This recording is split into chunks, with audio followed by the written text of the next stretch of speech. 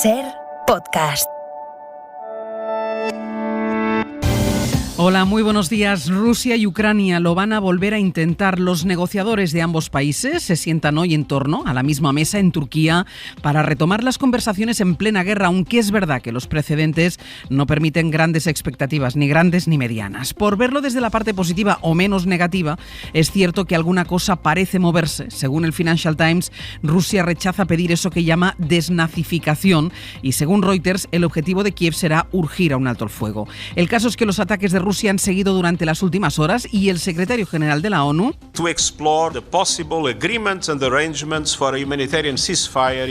se ha propuesto mediar él mismo con tal de que haya un acuerdo. Las expectativas no pueden ser grandes solo con atenerse ya a lo más inmediato, a esa investigación del Wall Street Journal que apuntaba ayer a última hora que el magnate ruso Abramovich y 2 delegados de Ucrania fueron envenenados al participar en una reunión en Kiev. José Luis Astreola. Hola, buenos días. Amnistía Internacional ha denunciado que se están cometiendo crímenes de guerra. A la espera de saber si las conversaciones de hoy permiten algún avance, las novedades llegan de los frentes militares. Ucrania sostiene que ha recuperado el control de la ciudad de Irpin. En Kiev sigue el enviado especial de la SER, Nicolás Castellano. Buenos días.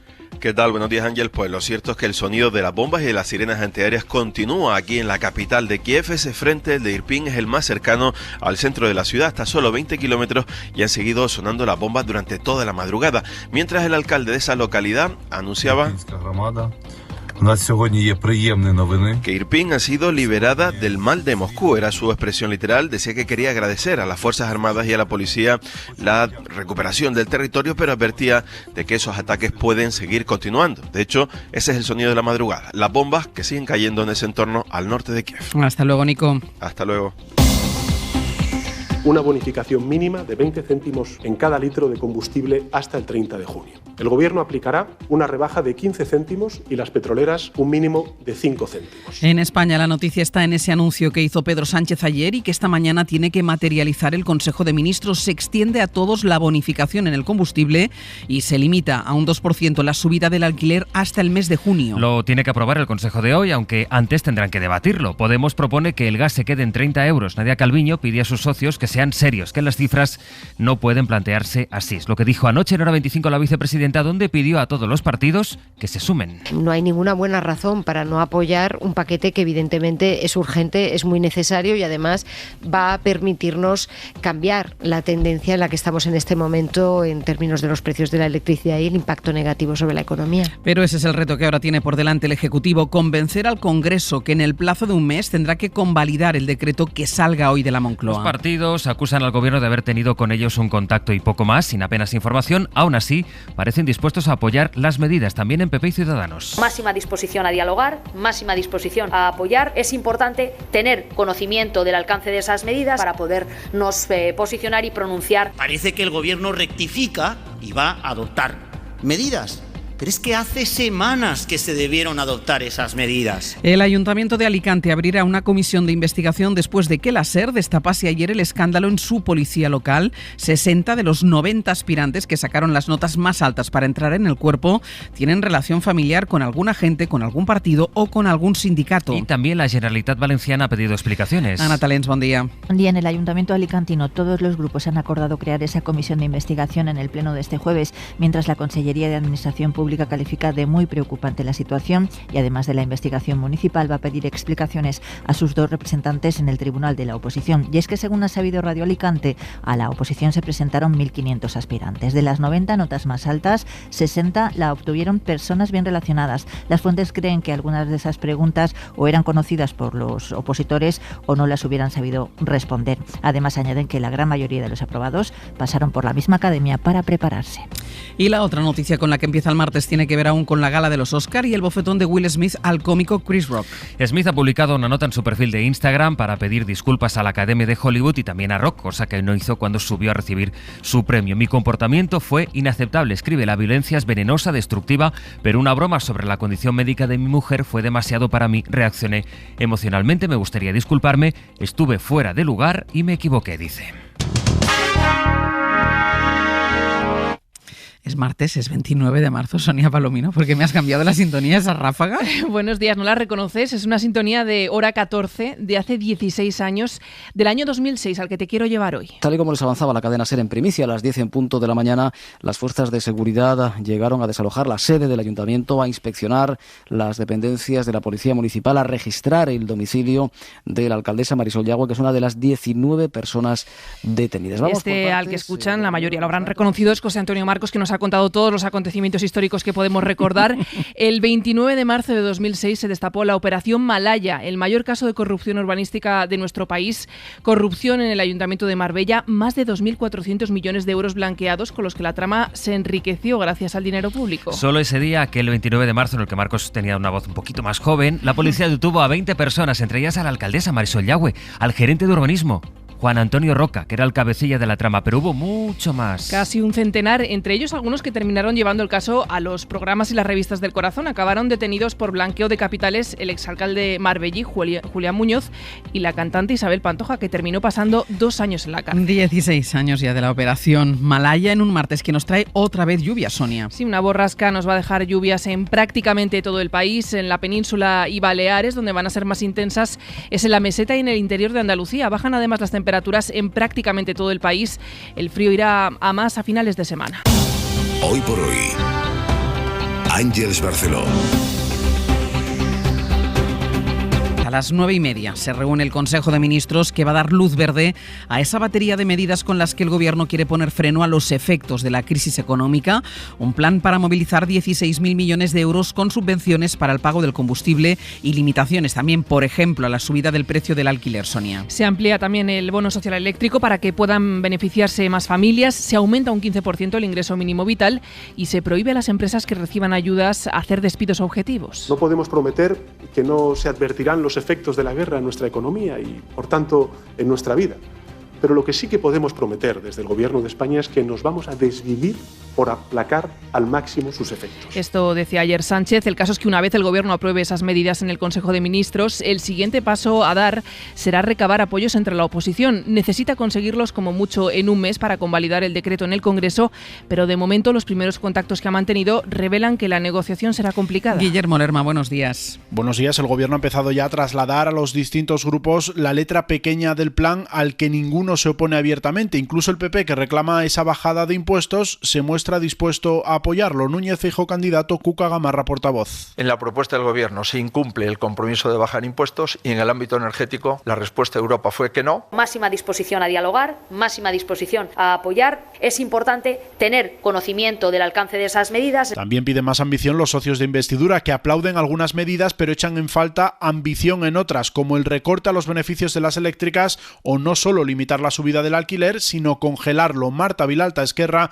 Íñigo Errejón, Más País. Sí que es verdad que algunas de las propuestas coinciden con aquello que hemos pedido desde Esquerra Republicana, pero se quedan muy cortas en aspectos que creemos imprescindibles. Nos gusta que haya vuelto la interlocución con los grupos y haber estado hablando todo el fin de semana. Nos gusta la melodía que escuchamos, la letra no la conocemos. Las conversaciones siguen con todos los partidos, menos Vox, que azuza la protesta en las calles por la subida de precios, pero no se sienta con el Gobierno para plantear sus soluciones para bajarlos. A las 8:30 vamos a hablar con el portavoz del PNV, con Aitor Esteban, a ver qué nos cuenta sobre estas medidas que ha presentado el Gobierno para dar respuesta a la crisis económica. Hay cautela, en la oposición lo han escuchado, también entre los agentes sociales, que sobre todo reclaman agilidad a la hora de poner en marcha estas medidas que alivien el impacto de la crisis. Sira Valdés. A la espera de conocer el detalle, los agentes sociales dan la bienvenida a un paquete de medidas que, sin embargo, consideran mejorable. Los sindicatos reconocen que los ERTEs han sido hasta ahora una medida clave para proteger el empleo, pero reclaman celeridad en materia de precios energéticos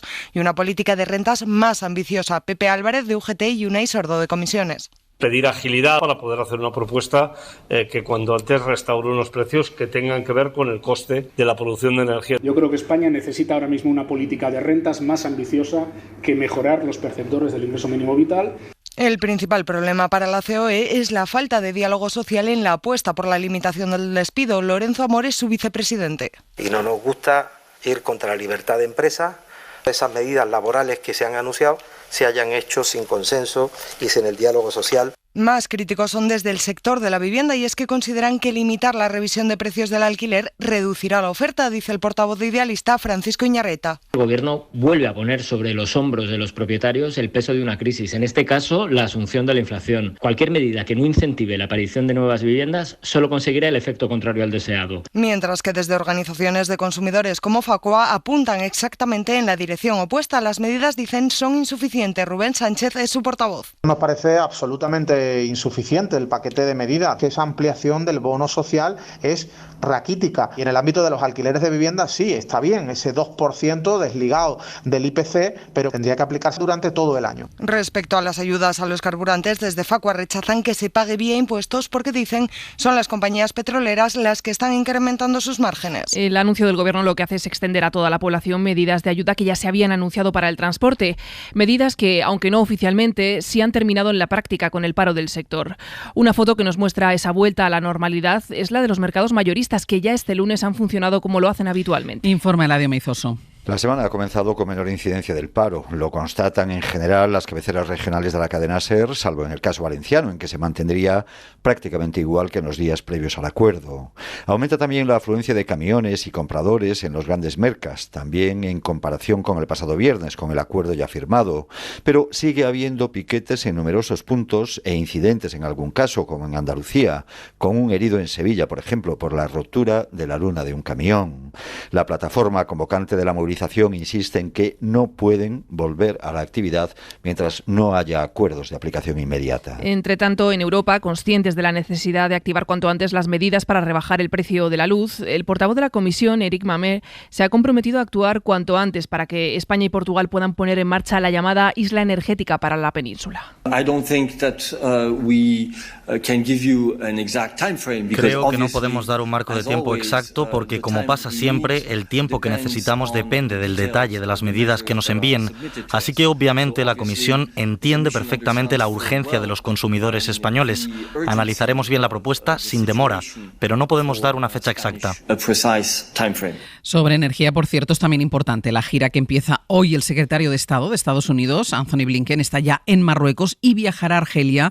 Y aunque sobre la mesa hay otros asuntos, como la autonomía del Sáhara, hay que recordar que a estos dos países les une un gasoducto muy importante para el suministro en España, informa Sonia Moreno. Anthony Blinken ya está en Marruecos. Aterrizó el lunes por la noche en Rabat, donde le esperaba el ministro de Exteriores Nasser Bourita, con quien estuvo precisamente también el domingo en la cumbre de Israel. Se reunirá con el primer ministro Aziz Ahanout para tratar temas de política regional y cooperación bilateral, aunque no se verá con el rey Mohamed VI porque no se encuentra en Marruecos.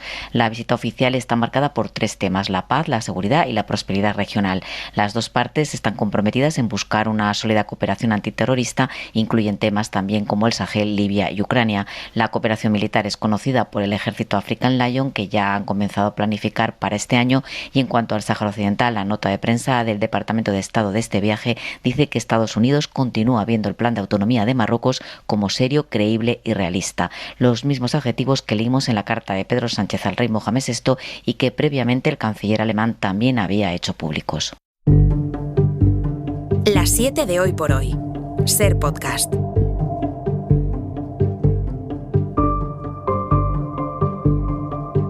A la espera de lo que se pueda lograr en las negociaciones que retoman este martes Ucrania y Rusia, la situación de la población ucraniana sigue siendo crítica. Cerca de 4 millones de personas han huido ya del país como refugiadas. Y están repartiéndose por los distintos países europeos, aunque las llegadas han ido ralentizándose en los últimos días. Aquí en España se han tramitado ya unas 25.000 solicitudes.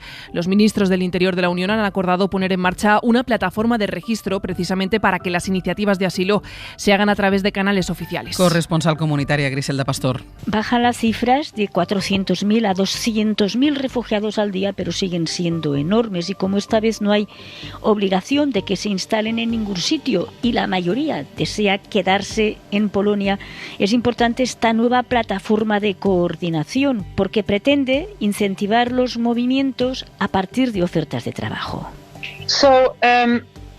Out of the 3.8 million, 800,000 have applied for the temporary protection.